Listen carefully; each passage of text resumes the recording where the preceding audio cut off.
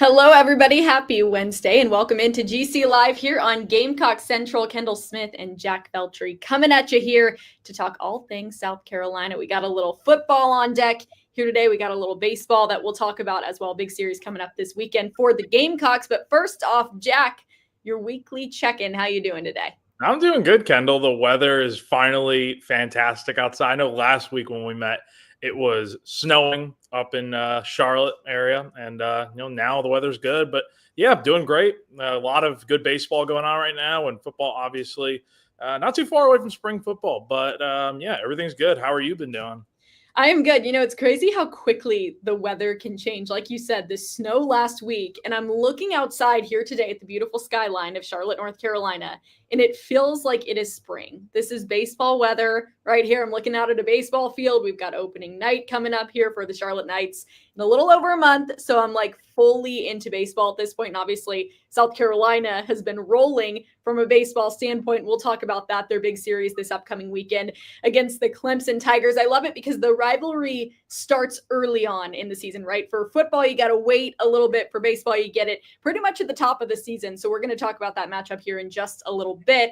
But we're going to talk about some football today as well. And it's been a couple weeks since we've talked football. We did a way too early 2025.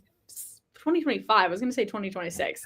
2025 predictions for this upcoming season for the Gamecocks. But yeah, we heard from Shane Beamer yesterday, which was pretty exciting. It was on 107.5 The Game. And Jack, you're on 107.5 The Game. So before we even get into that, tell people how they can listen to you on the Gamecocks official radio network. Yeah, no, thanks for bringing that up. I'm on 107.5 with Tyler Head every morning, 9 to 10 a.m. So you can check us out on there, 107.5 The Game on radio, FM, and then also 107.5thegame.com. And they also have an app. So lots of ways to listen, and I'm on there every day, 9 to 10 a.m., talking sports, Gamecock athletics, anything going on in the world of sports in general. But yes, mostly Gamecocks. It's a lot of fun, and really appreciate the guys over there for letting me join in on the fun.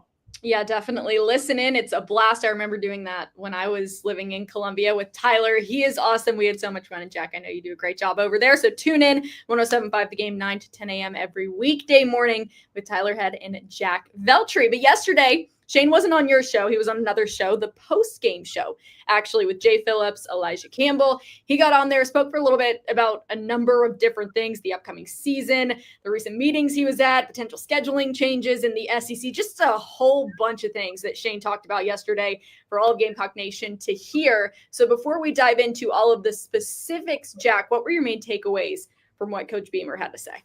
There were a lot of broad, bigger name topics involved in this discussion that when Shane came on to do the interview with the guys over at 107.5, and it wasn't just like, obviously there were South Carolina specific questions kind of at the end, but it started out with, the SEC meetings last week out in New Orleans, and kind of some of the things that were talked about there with maybe, game expansion in conference play, or playing bigger name opponents every year on the schedule. These are all things that are very relevant to the sport of college football in general, and something that Shane seems to be very on board with, which is a good sign. You hope a lot of the other coaches around the SEC are as well. But obviously there's a lot of discussion about the NFL draft coming up and the combines this week and stuff. So a lot of Gamecocks are taking part in that. And then just, your general South Carolina questions. But everything feels good right now for South Carolina in terms of where the program's at.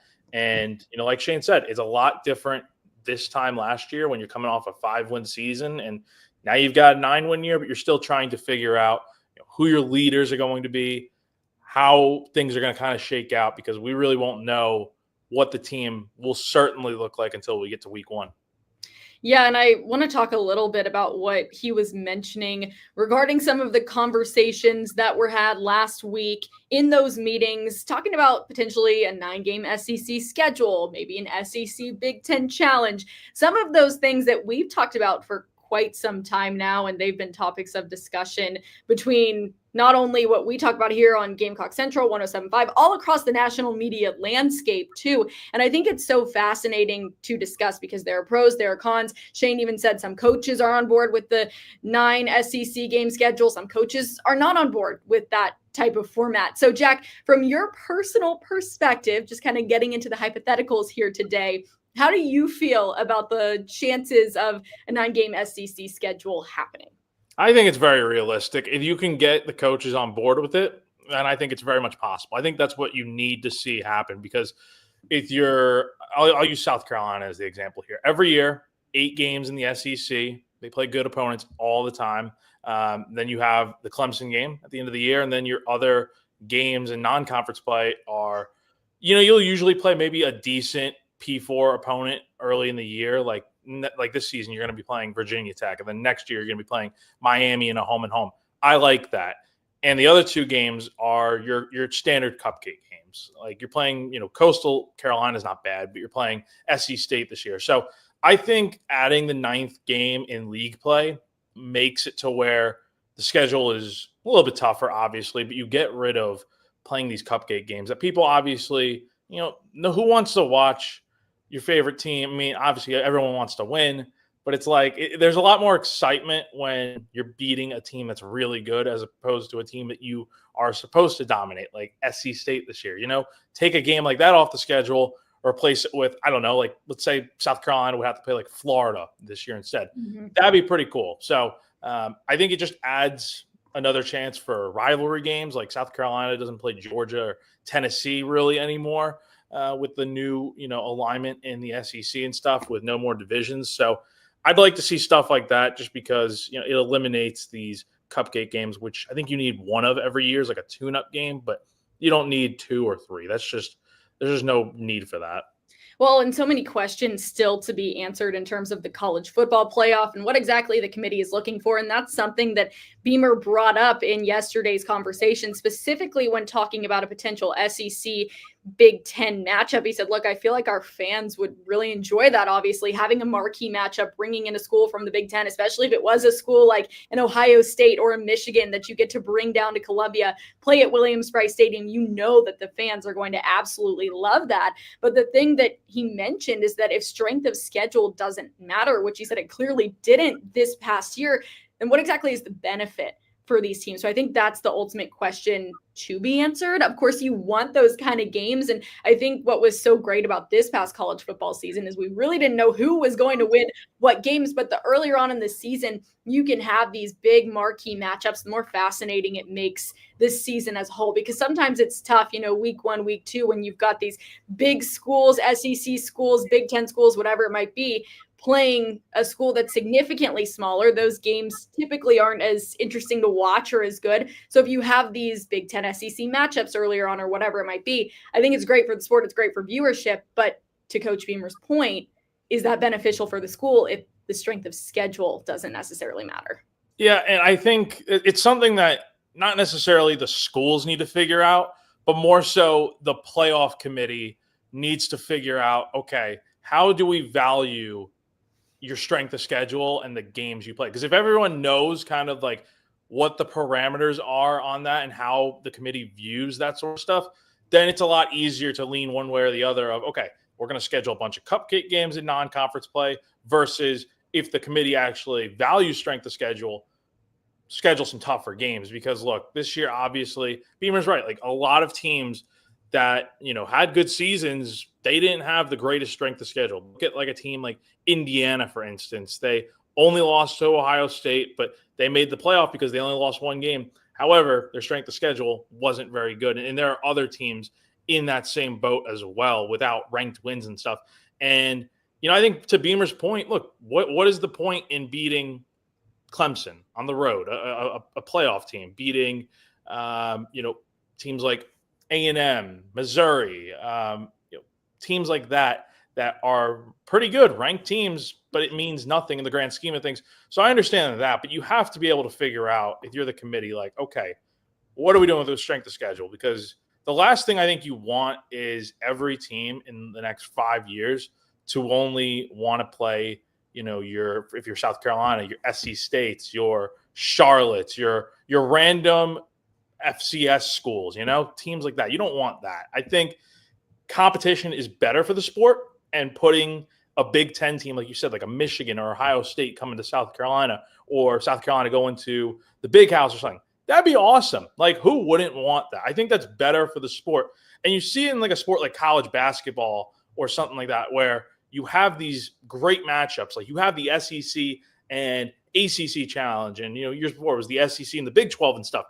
Who does not like that sort of stuff? I think it's fun, it's interesting, and I think you could take out a week of the year where you're not playing these cupcake games in week 3, and instead you're playing all these teams from the Big Ten or the ACC. You're pairing up with them, and I think that would be really interesting and fun. It's something that definitely needs to be considered, but like I said, you got to be able to get this whole strength of schedule situation figured out, because teams are not going to want to schedule hard opponents if they're not being rewarded for it.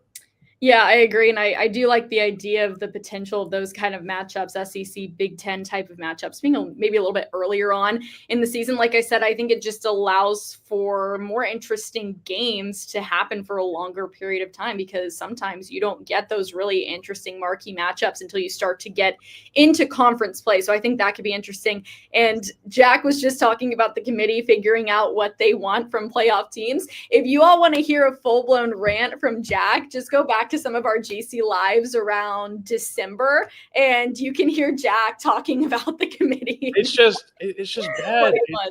It's just like, figure out what you want to do, because it's like, I don't know. I think competition, like I said, is just better for the sport, and it's not fun necessarily. Like, from my standpoint as a college football writer, it's not fun covering a 50-0 blowout, and when you're beating Joe Schmo on the street. Like, it would be so much better to play teams that, are tougher on the schedule. And if you lose those games, it doesn't hurt you necessarily, because if you lose a tight-knit game at Ohio State, that's one loss. You can make the playoff with 2, maybe 3 losses in this day and age, and you can still win the SEC. That's the other thing. It doesn't hurt you to play these out-of-conference games against tougher teams, because it has no impact right now on your conference standing, right? Like, you can still run through the conference and win the SEC championship and make it as an auto bid as for right now. So again, a lot to figure out, but it really is ultimately up to the committee to kind of determine how college football is going to be looking over these next few years. And I think the auto bids are a whole other conversation that we won't get into here today, because the title of this GC Live is not the College Football Playoff Committee and what should be done. The title is talking about what Shane Beamer mentioned yesterday, and of course getting into the Clemson South Carolina baseball series set for this weekend. All that the Gamecocks can do, though, Jack, is really look ahead to this year, and Shane Beamer talked about that yesterday. Of course, this past season felt like they should have made the playoff, ended up going to the Citrus Bowl in Orlando, ended up losing that game to Illinois, but you move on, you turn the page, you look forward to this 2025 season. And I thought a really interesting conversation that was had yesterday during this interview was about some of the leadership on the team, because last year you had guys you knew were your key leaders for your 2024 group. This year, Shane Beamer said, we've got guys like that, your Debo Williams and your Boogie Huntleys from this last season, but he said it's just a little different. So when you look at guys that could be leaders this year for the South Carolina team, and kind of going off of what Shane was mentioning yesterday, who are you looking at, Jack?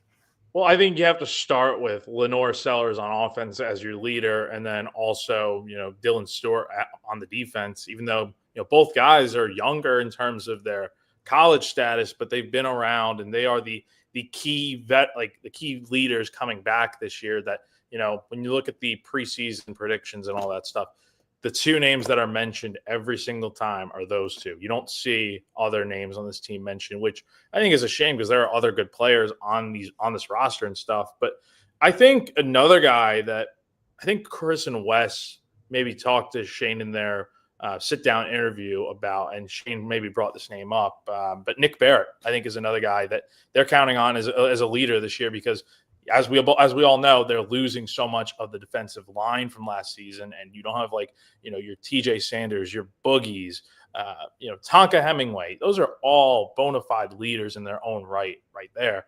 So now you don't have that. Nick Barrett is a guy that had a weird season last year, because it's like he didn't play a ton, and then they wanted him to redshirt and stuff. So they were able to do that successfully, but Now he's back this year, probably going to be starting, I would imagine, if the season started today, but we'll see what happens.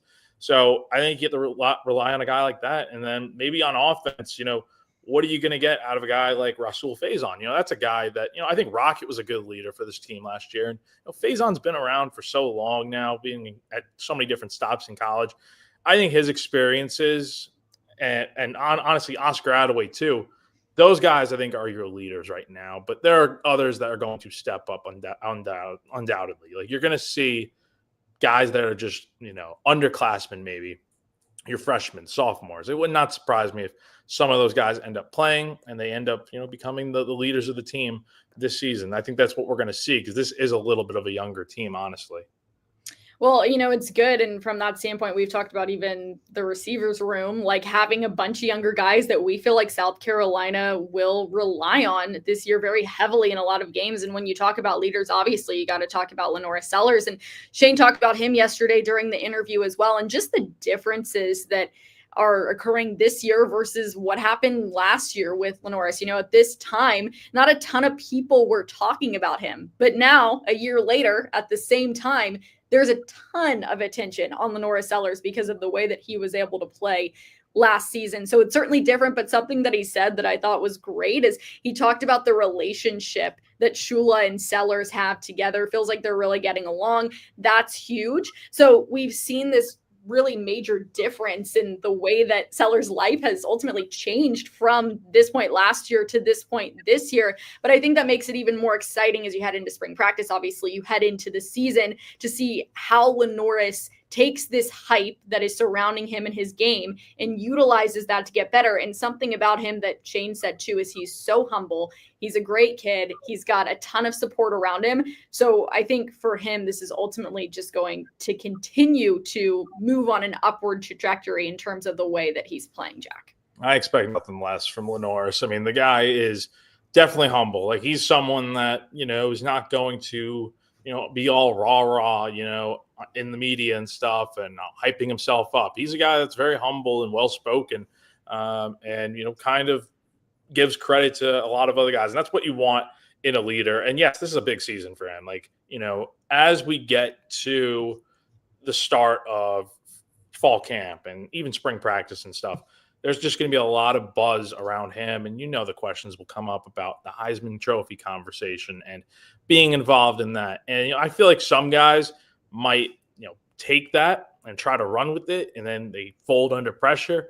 A guy like LaNorris, I think he tries to just tune that out as best as he can. And then, lets the chips fall where they may. Like if he wins that sort of award, I think we'll see a little bit of a smile on his face, but we're not going to see this whole big time thing. Like, I don't think that's who he is. So, yeah, the expectations are a lot higher this year because everyone's talking about him when no one was really talking about him. I mean, he was the lowest ranked quarterback heading into last season from the SEC in a lot of different rankings and all that jazz. Like it's going to be a lot different this year because he probably moves up from 16 to, I don't know, maybe like 2, 3, maybe 1. I mean, he's just that good. So the ceiling's definitely high for this young man and looking forward to seeing what he can do this year because I know the bowl game wasn't great. That was the first game with Shula as the OC, but I have a feeling things are going to look a lot better this year now that they'll have a full season to kind of work together.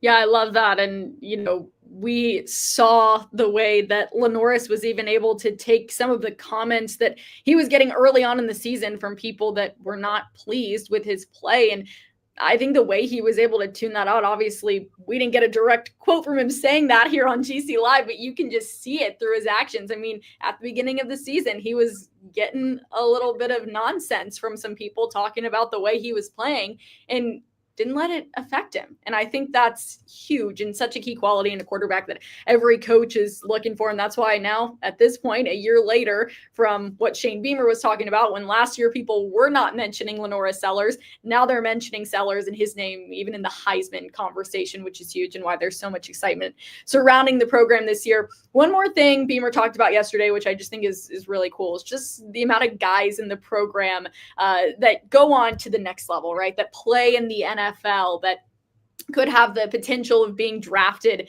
this season. And he said that's why he loves college coaching so much, and just being able to see those guys that were in South Carolina's program move on, chase their dreams, achieve them at the NFL level. So he talked about that. That was really cool. What were your thoughts, Jack? Yeah, it's awesome. I mean, again, South Carolina is going to have 11 guys going to the NFL Combine this year. And there were even some that I feel like got left out. Like Debo Williams didn't get an invite, which is definitely surprising to me. But, I think this is going to be a year where we see a lot of Gamecocks drafted. And I think maybe ends up breaking like a record for most Gamecocks drafted, because it was just that good of a team, specifically on defense. But yeah, look, it's awesome to hear stuff like this. And, Shane was talking about the fact that, Xavier Luedecke has kind of been back in town this week. And, he's a guy that had a pretty good rookie year with the Panthers and stuff. And, it's crazy where Xavier is now compared to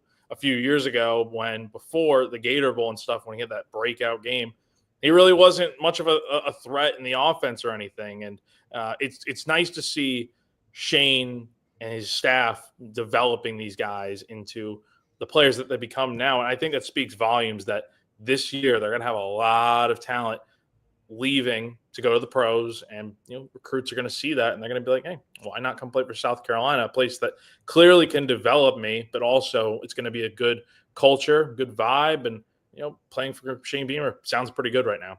Yeah, I mean, things are really in a great spot for South Carolina at this point from a recruiting standpoint. And you look at what they were able to do on the field last season. Again, the way that they're able to get guys to the next level in the NFL. Obviously, the culture, like you mentioned, that Shane Beamer has created. It seems like things are really at a point right now where as South Carolina continues to move up and improve, it's only going to get better from here on out. We'll keep those positive vibes going here as we're sitting in talking season. My favorite thing, it's full on talking season for football right now, but not so much for baseball. And so that's what we're going to get to next. Jack, any final thoughts on what Beamer had to say yesterday? Yeah, it was very good. Again, a lot of good stuff he said. And I know we have a few questions here, so I'll just try to get to these real quick. But Big Red has a few questions here. Would South Carolina schedule all in-state teams for the out-of-conference games? And Kendall, you can chime in on this, but I don't think so. It's coincidental that they're playing Coastal and Clemson, obviously, every year. This season, I don't think that's going to be something we see every year going forward, though I do expect if they do move to 9 SEC games and they have the Clemson game and they have another big-time game, I think we do see the other out-of-conference game would be like a cupcake, and that would probably be like an in-state team, or maybe like your random one-off like an Akron or something like that. So wouldn't surprise me on that end. Kendall, do you have any kind of thoughts on this? I agree with you. I don't think it's something that South Carolina necessarily intentionally aims to do. I just think that's kind of how the cards fell at this point. But no, I think for now, South Carolina, it's going to be about just creating the schedule that they feel works best for them. And that doesn't necessarily mean that all of those teams for out of conference games have to be in state. Yeah. And just one other question here from Big Red. Does South Carolina have to route a few teams to get a potential top spot in the playoffs? Normally, I would say no, but I think, again, going back to the playoff for just a second, I think they view style in a certain way, right? Where if you beat a team by you beat Ohio State by 20 points, I think that holds a little bit of weight, obviously. So, yeah, you would like to, but if you keep winning games and you're a 2-loss team at the end of the year with some tight wins and you're beating some top 25 teams in close fashion, I think that's fine. I think that will help you get into the playoff either way. So, yeah, beating teams by a little bit of a margin definitely helps, but winning games at the end of the day is all that matters. Yeah, and again, back to our conversation earlier with the committee and the way that they go about coming up with who is in the college football playoff, it just kind of speaks to that, right? We don't have a necessarily one-sheeter, clear idea of every single thing that goes into it, but I do think some dominant performances can certainly help in that regard. But like you said, Jack, wins are 100% wins, and that has kind of been the mantra as we shift now to South Carolina baseball. Wins are wins, right? Like we talked about this last weekend. A win is a win is a win is a win, especially in the sport of baseball, because it is so unique and really could be anybody's game on any given day, just depending on pitching, circumstances, whatnot. But before we get into talking about a very exciting series this upcoming weekend for the Gamecocks, let's give a shout out to our presenting sponsor of GC Live. Yep. If you are watching live on video right now and you're seeing it right above me here, Clint, Hammond of CMG Home Loans. If you're in the market to buy a home or you need help with your mortgage, but you have no idea where to begin, I got some good news for you. Clint can help you out. He's been in the mortgage industry for more than 20 years. He's a lifelong Gamecock fan, and he's also a longtime supporter of Gamecock Central. So every single show on Gamecock Central's YouTube page or wherever you're listening from or on podcasts too, Clint is our always presenting sponsor, and he's been great over the years. So if you're interested, give him a call, 803-422-6797. The NMLS number for him is 71597. Or you go to ClintHammond.com for more info, as always, and all that info will always be right above us here on screen. We appreciate Clint for all that he does for Gamecock Central and GC Live.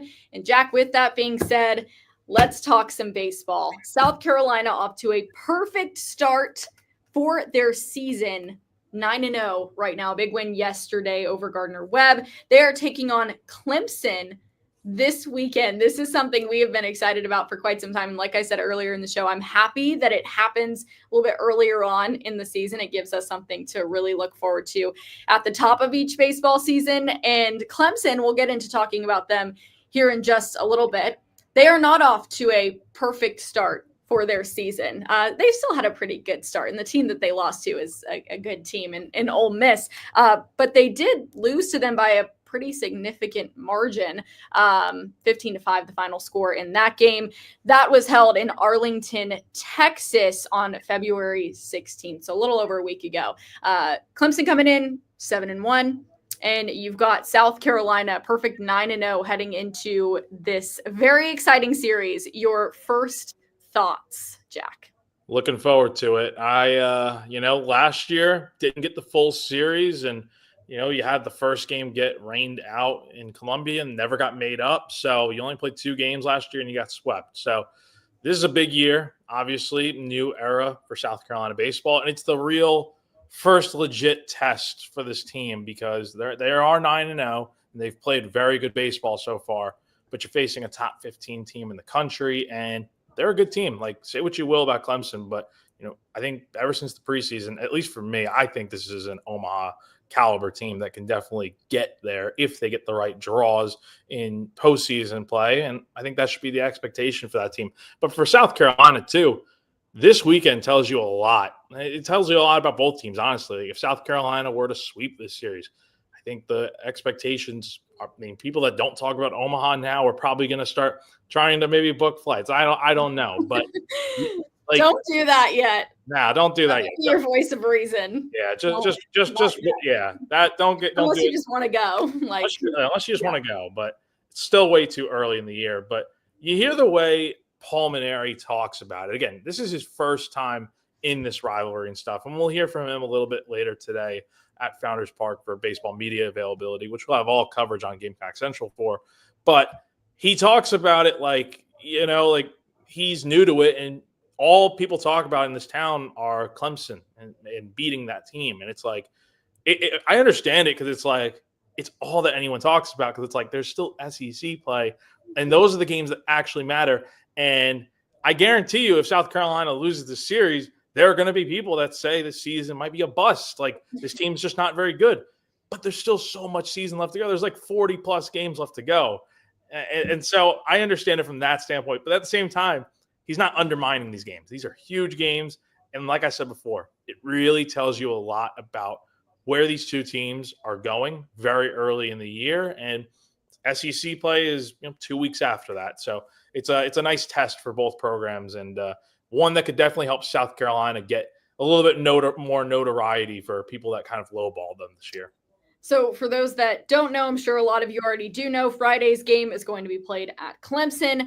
Saturday's game, neutral site in Greenville, South Carolina. And then Sunday's game, the last game of the series, will be played at Founders Park in Columbia, South Carolina. Jack, you talked about the fact that we are going to hear from Palmineri a little bit later here today.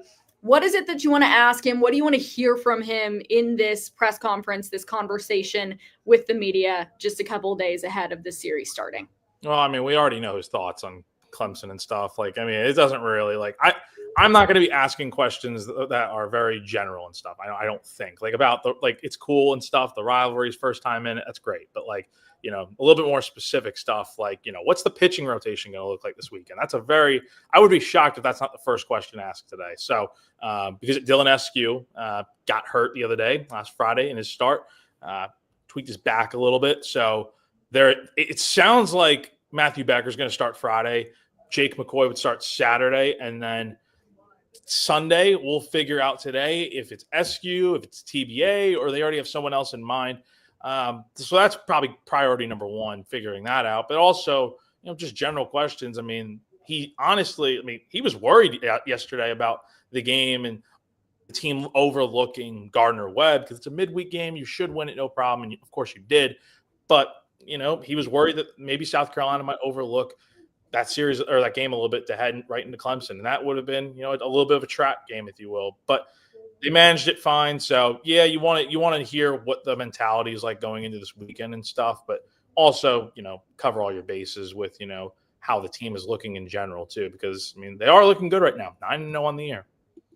Yeah, 100%. You talk about Matthew Becker potentially starting on Friday, considering the injury for Dylan Eskew. It's so interesting because we were having a conversation like a month ago, Jack, about whether or not Matthew Becker would even be starting for this team. We were having the conversation of, will he be a part of this bullpen? Where is he going to be used? You are a big advocate to see Matthew Becker start. He's obviously been really solid throughout what we've seen so far with this group. Again, a perfect 9-0 start to the season. They haven't necessarily played any big name opponent up until this point. So again, they're really true big test of the year coming up against Clemson. But if he does start on Friday, the opportunity that he will have to set the tone for the weekend for the group, especially on the road at Clemson, to come out and make a statement is huge. And that is really huge for a guy that we were talking about a month ago. We didn't even know if he would be a starting pitcher for this team.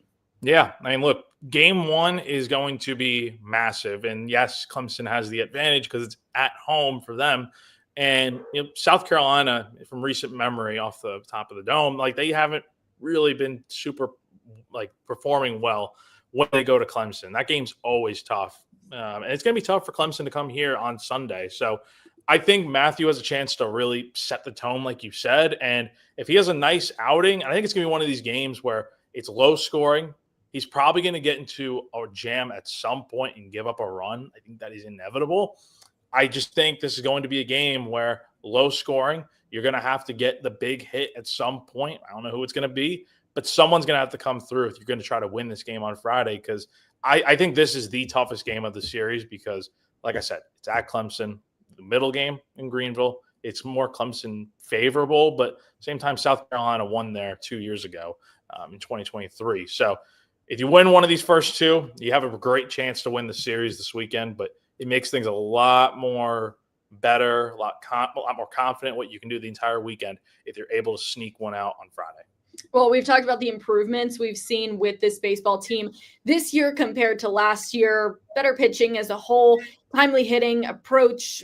Even when it comes down to just the smallest of things, you feel like you've seen the improvements up until this point for the team. But Clemson is a really, really good team as well, Jack. So when you compare and contrast South Carolina, Clemson, what they both have to offer, what do you feel like the biggest obstacles are for South Carolina against a team like Clemson? And what do you feel like South Carolina can capitalize on against a team like the Tigers? Well, look, this is a team that is very, very good. Obviously, with the way they were this close to going to Omaha last year because they got, swept in their home super regional against Florida last year. But, this is a good team still. And I think the name that always seems to stick out, I think, would have to be Cam Cannarella. A guy that is definitely one of the better players in college baseball. He's not off to a tremendous start this year, but he's still Cam Cannarella, and a guy that could definitely,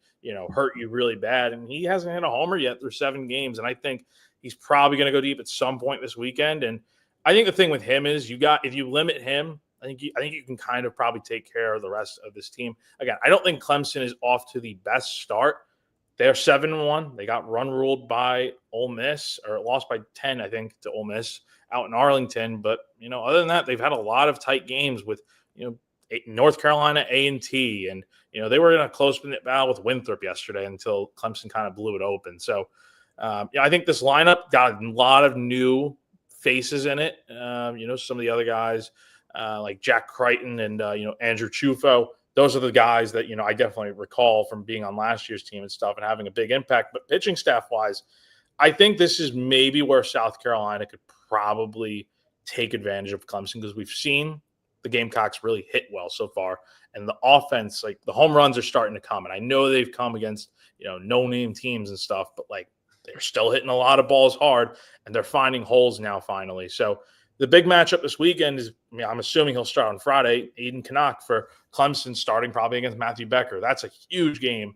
And I think if you can get this to Clemson's bullpen a little bit, they've got some good relievers, but I think this could be a situation where whoever has the better bullpen this weekend could kind of determine how the series goes. And I think Carolina has a very solid bullpen, honestly. And it might be, I think it's probably a little bit better than Clemson, but overall, these two teams are very evenly matched. And I think this is going to be a series where someone wins 2 out of 3.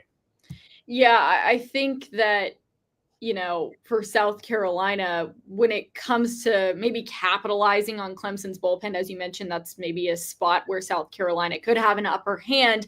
Also, it comes down to the fact that South Carolina needs to chip away, and they need to start that early, right? Like, you don't need to waste any time against a team like Clemson. And I think the earlier that you can chip away at some of these starters that Clemson has, maybe the sooner you bring out some of these guys from Clemson's bullpen, the better it is. And that's the beauty of baseball, right? It's not a time sport. You get so many outs. That's all you get. So South Carolina needs to obviously make the most of every opportunity that they will have. And again, the sooner they can get those guys out from the bullpen for Clemson, and that's an area you said that maybe South Carolina could, I think so. Could capitalize on, that could be beneficial. But obviously it is tough because you start the series off at Clemson. You want to make a statement there. Then you're at Greenville, which you never know really how that crowd is going to shake out. Gamecock fans are going to show up at Greenville. It's obviously a lot closer to Clemson. So you'll see how that pans out, the neutral site. And then, of course, on Sunday, you finish things off in Columbia, in the position that you do not want to be in if you're South Carolina, is having lost on Friday, lost on Saturday, and you're going into Sunday's game in Columbia trying to scrape together a win. That's not where you want to be at. Obviously, ideal circumstances, you see a sweep if you're South Carolina, but that it would be very, very difficult, I think, for either team to pull off. But certainly something that could happen. It's a possibility for sure. Jack, before we get into your predictions for this weekend, let's give a shout out to our other sponsor. Yep, that's right. Let's go ahead and talk about Prize Picks. So, if you have no idea, Prize Picks is the largest independently owned daily fantasy sports platform in all of North America. They're the easiest, most exciting way to play daily fantasy sports. It is just you against the numbers. So, instead of battling thousands of other players, including pros and sharks, you pick more than or less than on 2 to 6 player stat projections. And then, of course, you watch the winnings roll in. Prize Picks has quick withdrawals, easy gameplay, and an enormous selection of players and stat types. It's what makes Prize Picks the #1 daily fantasy sports app. I have used Prize Picks plenty before in the past and still use it to this day, not as much frequently with football kind of dying down a little bit, but you've still got a lot going on. NBA, MLB spring training is getting going. College basketball is in the thick of things. NHL is back after a great week of hockey last week, and sad that USA came up short. But anyway, you got golf going on too, tennis, MMA, boxing, you name it, they got it. So if you're interested, just go to prizepicks.com or download the PrizePicks app. Use the code on screen GC, that stands for Gamecock Central, to receive a guaranteed $5 or $50 once you play $5 in lineups. Jack and I are big hockey fans, so we're excited that hockey is starting to get some shine here. If you're a new hockey fan, welcome. I feel like there were a lot of new fans that joined over the last week or so because of Four Nations. So yeah, shout out to that.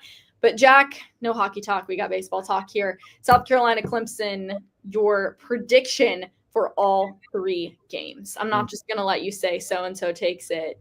Two out of three. No, definitely. I gotta go quickly one game by game. So look, Friday's gonna be tough. I think with Canuck on the mound, I know he hasn't gotten off to the best start, but I think we're gonna see a situation where I think Becker is gonna get into some trouble on Friday. I think he's pitched awesome this season, no doubt. I just think this is gonna be a game where one mistake hurts the team, and I think Clemson probably wins the Friday game, and it's just tough to win there. That's really is what it comes down to. But I'd love to be proven wrong. I think Saturday, Greenville backs up against the wall, need to win this game to have a chance to take the series, and you do not want to fall behind 0-2, like you said, Kendall. I think Saturday, the runs are going to be coming. It's basically Fenway Park, since it's a Red Sox affiliate stadium, Fluor Field with the monster and all that. So the dimensions are very, shallow at times, and I think you got the monster out there. I think South Carolina is going to have a good game, hit some homers, and they'll win on Saturday. And then game 3, back at home. Got a chance to win this series, 5 o'clock first pitch, very strange time. We will see who ends up starting on Sunday. If it's SQ, we will see how he lasts. He's got to get his command in check if he's going to be starting. But if he's not starting, I would look for a guy like Brandon Stone to start, honestly. And I think he would, if he were to start, he'd have a good game. South Carolina is going to be able to do enough at their home ballpark and be able to win this series. So I have South Carolina winning this one 2 out of 3. I think Clemson's a little bit, I think they're fine this year, but I think so far this year they haven't gotten off to the best start. And I think South Carolina right now is kind of getting hot at the right time. And we'll see if their recent success can kind of carry over this weekend. I think that South Carolina will win on Friday at Clemson. I just have that gut feeling. I think Matthew Becker is going to come out. He's going to pitch a beauty on Friday, and we're going to see South Carolina take that game 1 win. I think Saturday, again, kind of similar to what you said, but switch the roles. I think Clemson will be in a must-win scenario. I think that they'll take that one. And then I think Sunday in Columbia, it'll be the Gamecocks. So that is my prediction. Let us know what you all think in the comments. Again, all we can do is predict. We have no idea what will actually happen in these games, but we are certainly looking forward to these games. What time, Jack? Yep. So Paul Mainieri will speak to the media today around 3 o'clock. So I think it's just one of these gaggle interviews where it's just like on the field and we just talk to him up there and stuff. So I'll have, the transcript posted afterwards and whatnot. But yes, Coach Mainieri's at 3 p.m. today for those who are interested in seeing what goes on later on whenever I post it on Gamecock Central. Yeah, stay up to date on GamecockCentral.com. On Jack's personal X account, it's just Jack Veltri, right? Jack.Veltri. Or no, I'm sorry, Jack T. Veltri. Sorry. I was getting my Instagram. Yeah. There we go. I need to have them all the same so that way. Mine are not all the same because Kendall Smith is, obviously Smith is a very popular name. So it's hard to be able to have the same on every platform. But stay up to date with Jack over on his X, on Gamecock Central as well. And then follow us on social media at Gamecock Central.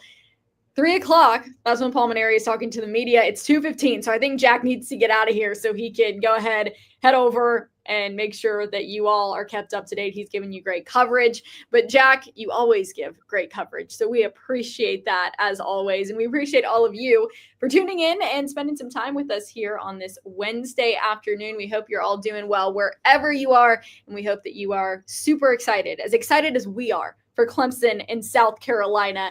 This upcoming weekend, it should be a good one. So for Jack Veltri, I am Kendall Smith. This has been GC Live here on Gamecock Central, and we will see y'all soon.